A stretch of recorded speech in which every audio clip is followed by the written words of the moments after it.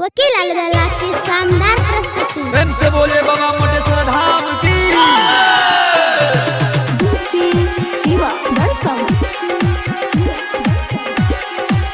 Rimjhim recording studio Simri Bakhtiyarpur.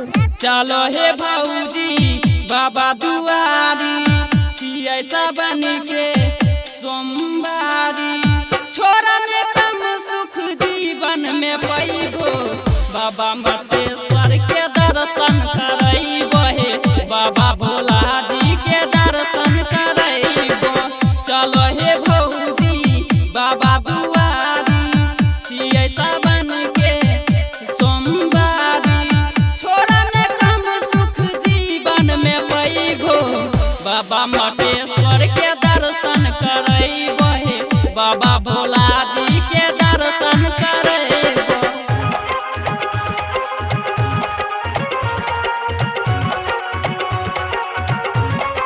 Music by DJ Shiva बरसम। Rimjhim recording studio Simri Bakhtiyarpur. हाँ सब लोग जाय छै कहूँ संगे में चलो, बाबा के भगती में नाम लिखल। भौजी सब लोग जाय छै कहूँ संगे में चलो, बाबा के भगती में नाम लिखल। होतै अबेर तनी कर हाली हाली, जल्दी सजाई लाना कमरब की बारी। तोहरा से हम एगो बात बतैबो, बाबा मोटेश्वर के दर्शन करैबो हे, बाबा भोला जी के दर्शन करैबो।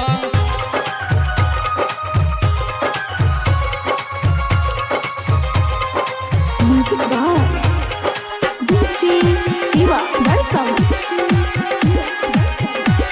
रिमझिम रिकॉर्डिंग स्टूडियो सिमरी बख्तियारपुर। हाँ बाबा भोला के महिमा छै अपार हे, सुन लेता भौजी तोहर दिल के पुकार हे। भौजी बाबा भोला के महिमा छै अपार हे, सुन लेता भौजी तोहर दिल के पुकार हे।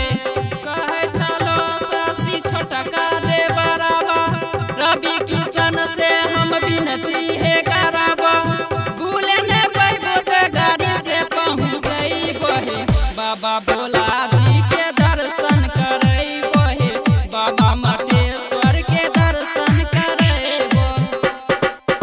चलो हे भौजी बाबा दुआरी छियै सबन के सोमवारी, छोरा ने कम सुख जीवन में पैबो, बाबा मोटेश्वर के दर्शन करैबो हे, बाबा भोला